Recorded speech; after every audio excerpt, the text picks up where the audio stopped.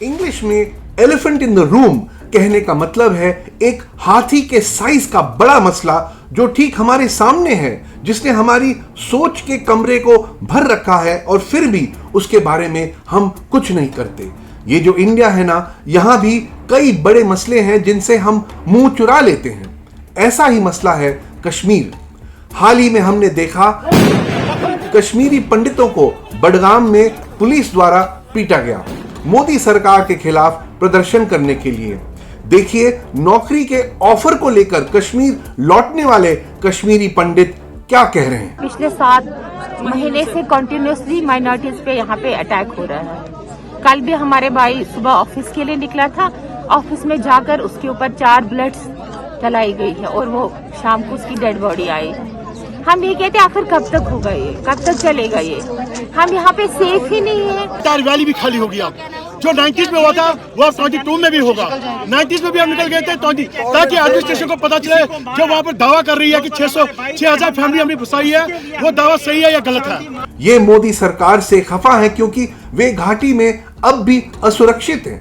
जाहिर है आतंकवाद की समस्या कम होने के दावे सच नहीं है, ना ही अमन कायम करने के दावे। तो क्या है एलिफेंट इन द रूम? असल मसला क्या है? मसला यह है कि जब तक कश्मीरी मुसलमानों को साथ नहीं लिया जाएगा, उन्हें दुश्मन और आतंकी ही माना जाएगा, तब तक घाटी में अमन नहीं लौटेगी। द कश्मीर फाइल जैसी फिल्म से हर कश्मीरी मुस्लिम को विलेन दिखाने से कुछ सिनेमा घरों में वाहवाही मिल सकती है। फिल्म देखने की अपील करने वाले मंत्रियों का भला हो सकता है, कट्टरपंथियों को और नफरत फैलाने में मदद मिल सकती है, लेकिन ये हमें जम्मू कश्मीर में अमन से और दूर भी ले जाता है। कश्मीर की सियासी पार्टियां और उनके कार्यकर्ताओं ने सालों से इलेक्शन में हिस्सा लिया है। आतंकियों की धमकियों के बावजूद फिर भी हम उन्हें एंटी नेशनल बुलाते हैं। कश्मीर के हजारों सरकारी कर्मचारी, पुलिसकर्मी, लाखों आम कश्मीरियों को भी हम बदनाम करते हैं। जो कश्मीरी छात्र घाटी से निकलकर बाकी देश में पढ़ने आते हैं, हम उन्हें भी सताते हैं। कश्मीरी पंडितों पर जो जुल्म हुआ है वो बुरा हुआ, लेकिन क्या उसका जवाब जुल्म ही हो सकता है? क्या हिंसा, बदला, सजा का ये चक्र चलता ही रहेगा?